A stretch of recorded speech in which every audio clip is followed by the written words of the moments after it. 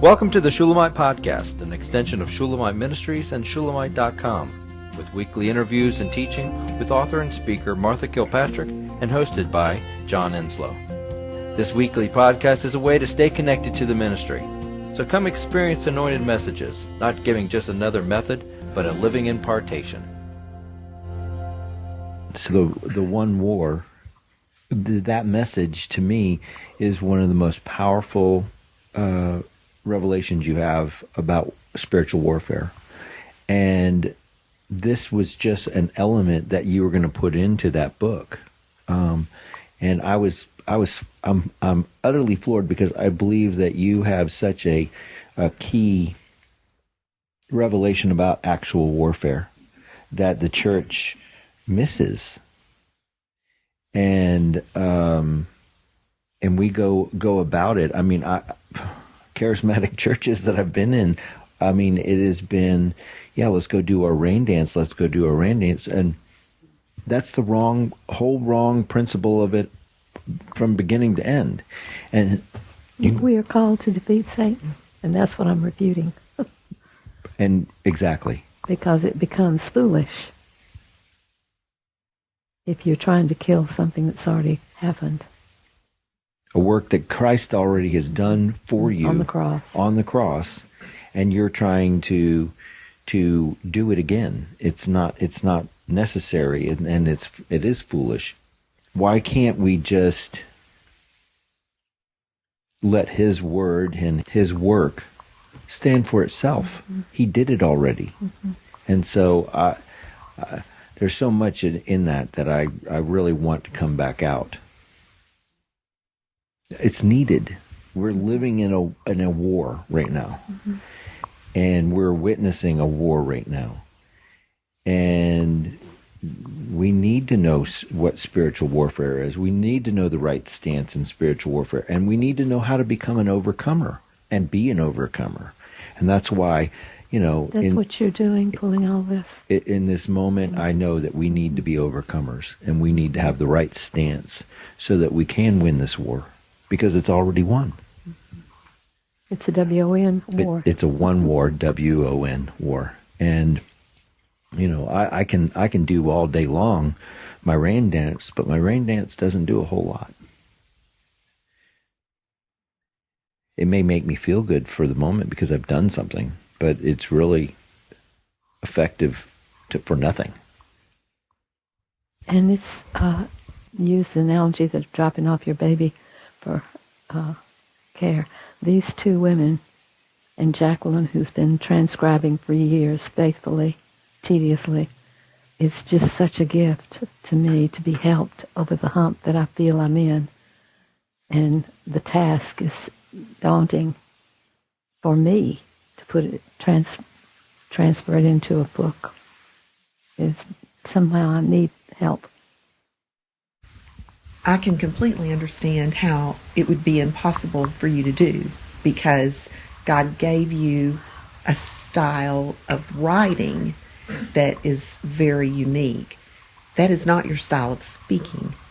You speak in a certain style, you write in a certain style. Mm-hmm. And it would be, if I thought I had to take what you have spoken and put it into the way you write, it would be impossible.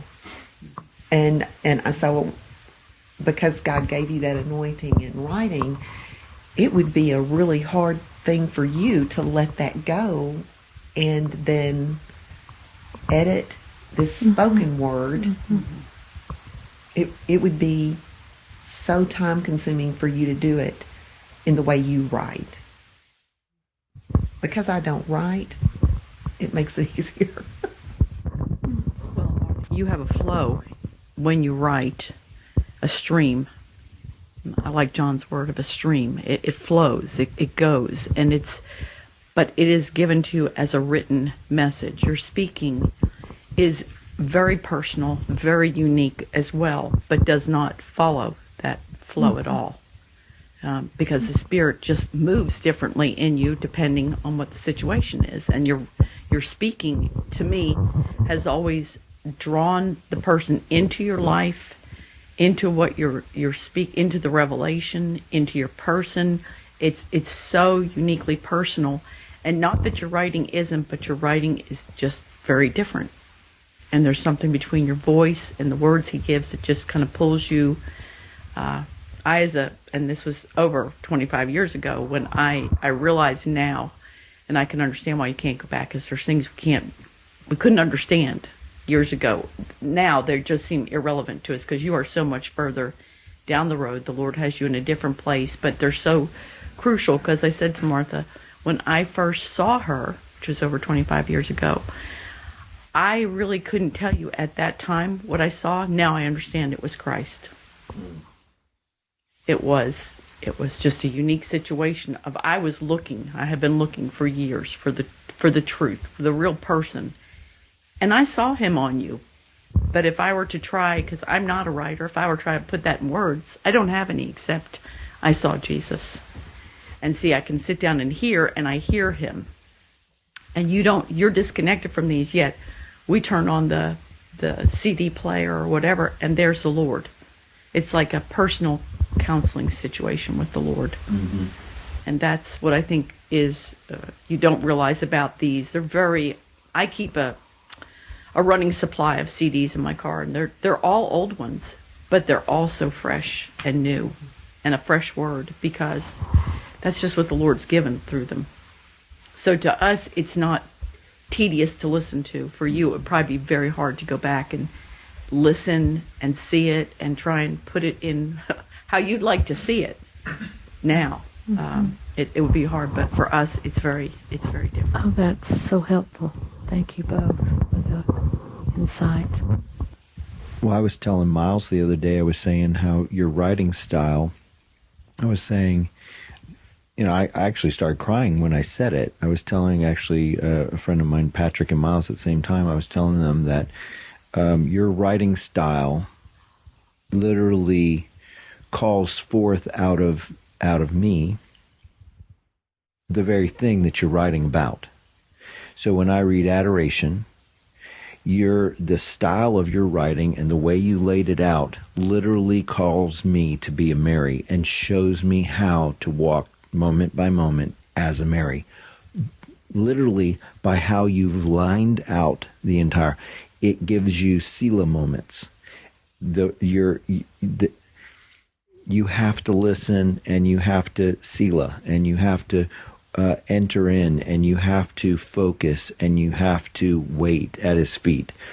And that's exactly what the way you write it patterns it off so that I know how Mary lived, because I can, by reading it that way, I'm doing what Mary did. I don't know if that makes any sense. Oh, wonderful. But I've witnessed it. I've done it. And that's why I was so completely impressed by your writing style, because you're calling me into a contemplative and deeply meditative way, and completely turned on listening way of focusing on him. And so, then I said, well, am I going to lose this, taking it from the audio to the written? And I don't believe so. I believe that it's different. I believe your style, there was a, Chariot of Fire, though it has your style, it doesn't have it like Adoration does. All and Only in Adoration, it is so fine-tuned to make you listen and wait and look at him. Chariot of Fire is more of a militant warfare pose with Jezebel and Ahab and Elijah, and it's not written the same way. And even Altogether Forgiven is not written that way. It's a little... I think your style is perfectly centered for those two messages in totality, because they're the core and they're the focus. But now that we're doing these on warfare, I think it's going to have a little more regular flow. We hope you've enjoyed the Shulamite podcast. For all the latest from Shulamite Ministries, please visit us at shulamite.com, where you'll find Martha's daily devotions, posts from getalongwithgod.com, and the online library of all of Martha's writings. At shulamite.com, downloading the free Shulamite app is easy, and livingchristianbooks.com is only a click away. Thank you for joining us on this journey to discover a God worth knowing.